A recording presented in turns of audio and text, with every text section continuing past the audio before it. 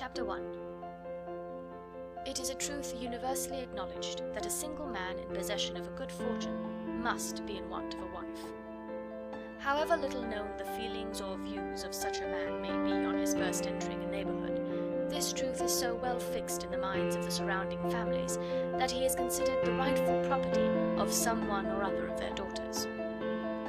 "My dear Mr. Bennet," said his lady to him one day, "have you heard that Netherfield Park is let at last?" Mr. Bennet replied that he had not. "But it is," returned she, "for Mrs. Long has just been here, and she told me all about it." Mr. Bennet made no answer. "Do you not want to know who has taken it?" cried his wife impatiently. "You want to tell me, and I have no objection to hearing it." This was invitation enough. "Why, my dear, you must know. Mrs. Long says that Netherfield is taken by a young man of large fortune from the north of England, that he came down on Monday in a chaise and four to see the place, and was so much delighted with it that he agreed with Mr. Morris immediately, that he is to take possession before Michaelmas, and some of his servants are to be in the house by the end of next week." "And what is his name?" "Bingley." "Is he married or single?" "Oh, single, my dear, to be sure. A single man of large fortune, 4,000 or 5,000 a year. What a fine thing for our girls." "How so? How can it affect them?" "My dear Mr. Bennet," replied his wife, "how can you be so tiresome? You must know that I am thinking of his marrying one of them." "Is that his design in settling here?" "Design? Nonsense! How can you talk so? But it is very likely that he may fall in love with one of them, and therefore you must visit him as soon as he comes." "I see no occasion for that. You and the girls may go, or you may send them by themselves, which perhaps will be still better, for as you are as handsome as any of them, Mr. Bingley may like you the best of the party." "My dear, you flatter me.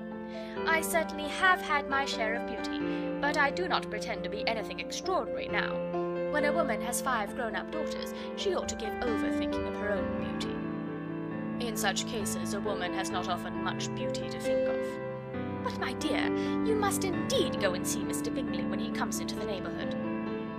"It is more than I engaged for, I assure you." "But consider your daughters. Only think what an establishment it would be for one of them. Sir William and Lady Lucas are determined to go, merely on that account, for in general, you know, they visit no newcomers.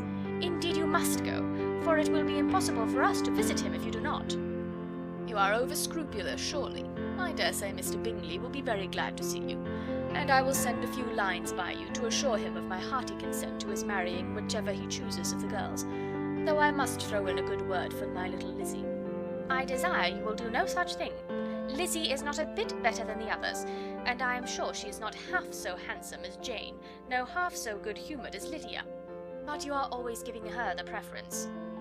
"They have none of them much to recommend them," replied he. "They are all silly and ignorant like other girls, but Lizzie has something more of quickness than her sisters." "Mr. Bennet, how can you abuse your own children in such a way? You take delight in vexing me. You have no compassion for my poor nerves." "You mistake me, my dear. I have a high respect for your nerves. They are my old friends. I have heard you mention them with consideration these last 20 years at least." "Ah, you do not know what I suffer." "But I hope you will get over it, and live to see many young men of 4,000 a year come into the neighbourhood." "It will be no use to us if 20 such should come, since you will not visit them." "Depend upon it, my dear, that when there are 20, I will visit them all." Mr. Bennet was so odd a mixture of quick parts, sarcastic humour, reserve, and caprice, that the experience of 23 years had been insufficient to make his wife understand his character. Her mind was less difficult to develop. She was a woman of mean understanding, little information, and uncertain temper. When she was discontented, she fancied herself nervous. The business of her life was to get her daughters married. Its solace was visiting and news.